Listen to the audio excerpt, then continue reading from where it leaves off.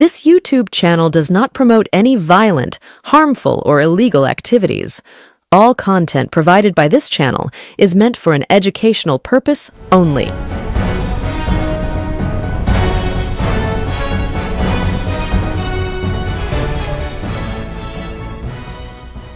মিলছে সমাধান সূত্র আশায় যোগ্যরা।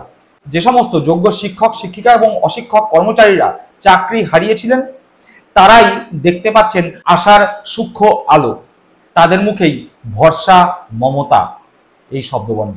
সেই নিয়ে আজকে আমাদের পর্ব। আপনারা দেখছেন বঙ্গচক্ষু ইউটিউব চ্যানেল। আমি প্রতিবেদক সায়ন্তন চক্রবর্তী।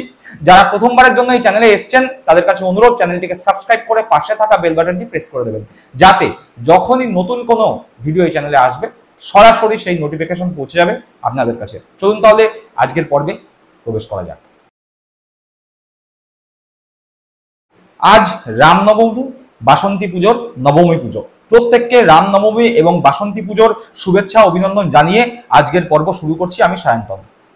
ইতিমধ্যেই আপনারা সকলে জানেন যে 26,000 চাকুরিরত যে সমস্ত শিক্ষক অশিক্ষক কর্মী ছিলেন বাংলার বিভিন্ন স্কুলে, সেই সমস্ত শিক্ষকরা 2019 সালে চাকরিতে জয়েন করার পরে 6 বছর চাকুরিরত থাকার পরে 2025-এর গতকাল সুপ্রিম কোর্টের নির্দেশে চাকরি হারা হয়েছেন। বস্তুতই তাদের চাকরির বিরুদ্ধে মামলা করেছিলেন সিপিএম এর রাজ্যসভার সাংসদ তীব্র মমতা বন্দ্যোপাধ্যায় বিরোধিতায়, যার একমাত্র রাজনৈতিক উদ্দেশ্য সেই অ্যাডভোকেট বিকাশ রঞ্জন ভট্টাচার্য।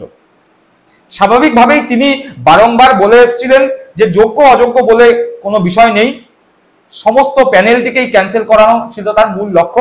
এ কথা আমার নয়, এ কথা বিকাশ রঞ্জন ভট্টাচার্য নিজে মুখে বারংবার বলেছিলেন। সেই বিকাশ রঞ্জন ভট্টাচার্য যেই দাবি নিয়ে সুপ্রিম কোর্টে এই মামলা লড়েছিলেন, সেই দাবি বাস্তবের মাটিতে প্রতিফলিত হয়েছে। একটি পেনের কালির আঁচড়ে চাকরি গিয়েছে 26,000 শিক্ষক শিক্ষিকা সহ অশিক্ষক কর্মচারী। বলতে গেলে বলা যায় যে এক ধাক্কায় 26,000 পরিবার পথে বসেছে। দিশেহারা এই 26,000 পরিবার। যদিও তাদের নিয়ে এই মুহূর্তে বাংলার রাজনীতি উত্তপ্ত, বিভিন্ন রাজনৈতিক দল সিপিএম থেকে শুরু করে বিজেপি, পিছিয়ে নেই কংগ্রেসও, তারা এই 26,000 শিক্ষক শিক্ষিকা ও অশিক্ষক কর্মচারীকে যারা কর্মহীন হয়েছেন এই মুহূর্তে, তাদেরকে রাজনৈতিক ঘুঁটি হিসাবে ব্যবহার করে 26-এর ভোট বৈতরণী পার করবার স্বপ্ন দেখছেন।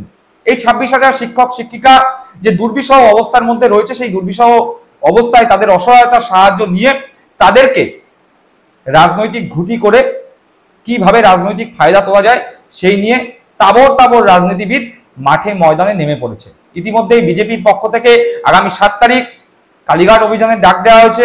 যদিও এই 7 তারিখেই আবার মমতা বন্দ্যোপাধ্যায় চাকরি হারা শিক্ষক শিক্ষিকা এবং অশিক্ষক কর্মচারীদের সঙ্গে বৈঠকে বসবেন এবং সেখানে তিনি বলেছেন শিক্ষক শিক্ষিকা ও যে সমস্ত কর্মচারীরা কর্মহীন হয়েছেন তাদের অভাব অভিযোগ সুবিধা অসুবিধার কথা শুনবেন আলাপ আলোচনার মধ্যে দিয়ে।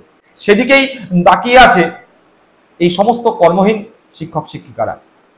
কর্মহীন শিক্ষক শিক্ষিকা সহ অশিক্ষক কর্মচারীদের মধ্যে অনেকেই রাজ্য সরকার মমতা বন্দ্যোপাধ্যায়ের বিরুদ্ধে বিষোদ্গার করেছেন, কিন্তু বেশিরভাগই সরাসরি দোষ দিয়েছেন বিজেপিকে, অ্যাডভোকেট বিকাশ রঞ্জন ভট্টাচার্যকে এবং সিপিএমকে। তাদের বক্তব্য তারা বলেছেন যে শুধুমাত্র রাজনৈতিক ক্ষমতা দখলের জন্য একটি সরকারকে অপদস্থ করবার জন্য, যেখানে যোগ্য অযোগ্য মোটামুটি ভাবে বাছাই হয়ে গিয়েছিল, সেই জায়গায় দাঁড়িয়ে শুধুমাত্র রাজনৈতিক ফায়দা তোলবার জন্য যোগ্যদের চাকরি খাওয়ার একটি ষড়যন্ত্র এই বিরোধী দলগুলো করেছিল।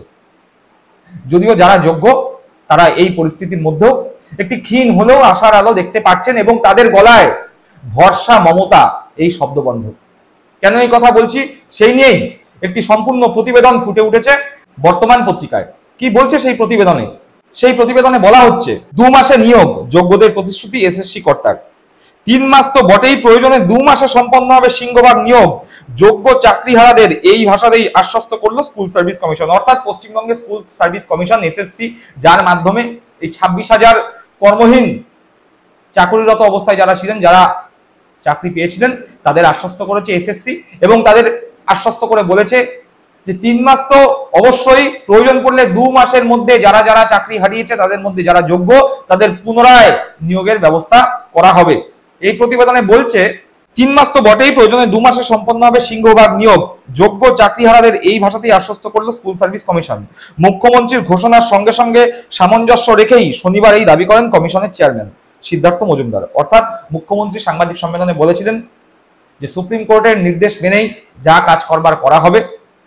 বিভিন্ন আইনজীবী যারা আছেন তাদের কাছ থেকে আইনি পরামর্শ নিয়ে এসএসসির সঙ্গে আলাপ আলোচনার মাধ্যমে কিভাবে এই যে জটিল পরিস্থিতি তৈরি হচ্ছে তা কাটিয়ে ওঠা যায়, এবং যে সমস্ত যোগ্য চাকরি প্রার্থী যারা ছিলেন, চাকরি যারা করছিলেন, তাদের জীবনে যে দুর্বিষহ অবস্থা তৈরি হয়েছে সেই দুর্বিষহ অবস্থা যাতে তারা কাটিয়ে উঠতে পারে তার ব্যবস্থা করবার জন্য তিনি সচেষ্ট হবেন বলে মুখ্যমন্ত্রী সাংবাদিক সম্মেলনে বলেছিলেন। সেই কথার সঙ্গে সামঞ্জস্য রেখেই সেই রকমই আশার বাণী শুনিয়েছে এসএসসির যে চেয়ারম্যান আছেন সেই সিদ্ধার্থ মজুমদার।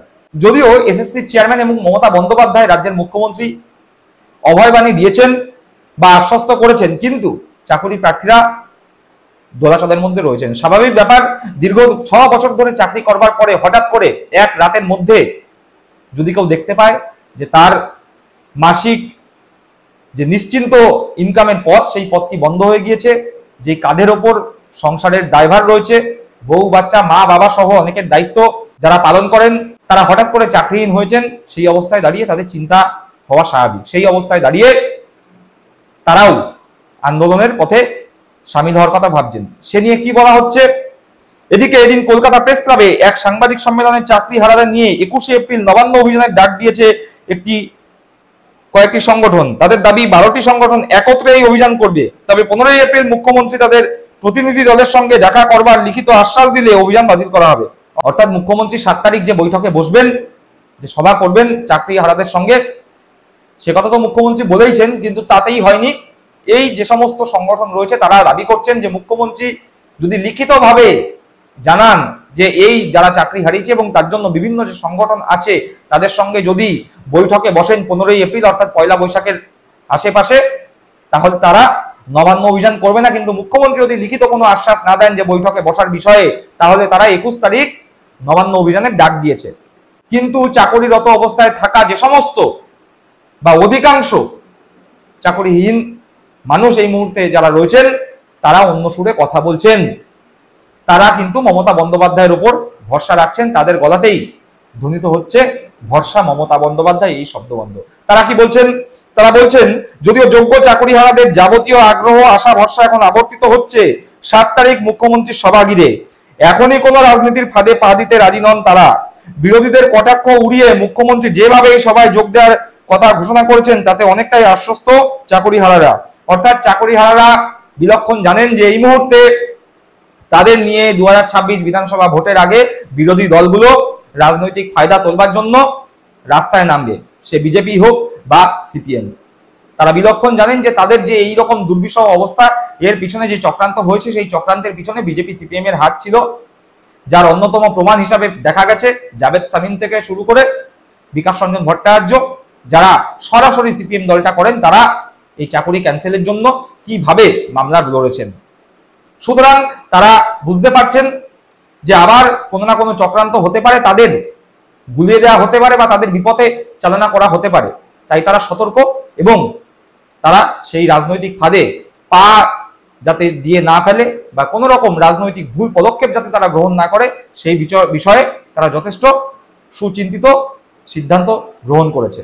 তারা অধিকাংশই বলছে 7 তারিখ মুখ্যমন্ত্রীর সঙ্গে সভা রয়েছে, সেই সভা ঘিরে তারা আশার আলো দেখছে এবং এই আশার আলোতেই তারা অপেক্ষা করছে, অধীর আগ্রহে অপেক্ষা করছে 7 তারিখ মুখ্যমন্ত্রী কি বলেন তার দিকে। আমরাও আজ রামনবমীর দিনে, বাসন্তী নবমীর দিনে ভগবান শ্রীরামচন্দ্রের কাছে, দেবী দুর্গার কাছে, দেবী বাসন্তীর কাছে প্রার্থনা করি যে সমস্ত যোগ্য মানুষ চাকরি হারিয়েছেন, যাদের জীবন একটি অনিশ্চয়তার দিকে চলে গিয়েছে, তারা দ্রুত এই দুর্বিষহ অবস্থা কাটিয়ে বেরিয়ে আসুন, তাদের জীবনে আবার হাসি ফিরে আসুক। আমরা আশাবাদী রাজ্যের মুখ্যমন্ত্রী মমতা বন্দ্যোপাধ্যায় নিশ্চয়ই কোনো না কোনো সমাধান সূত্র ঠিক বের করবেন, যাতে যোগ্যরা সঠিকভাবে পুনরায় নিজ নিজ কার্যক্ষেত্রে ফেরত যেতে পারেন। দর্শক বন্ধুরা, এ বিষয়ে আপনারা কি ভাবছেন তা মন্তব্য করে জানাবেন। সকলে ভালো থাকবেন, সুস্থ থাকবেন। জয় হিন্দ, বন্দে মাতরম।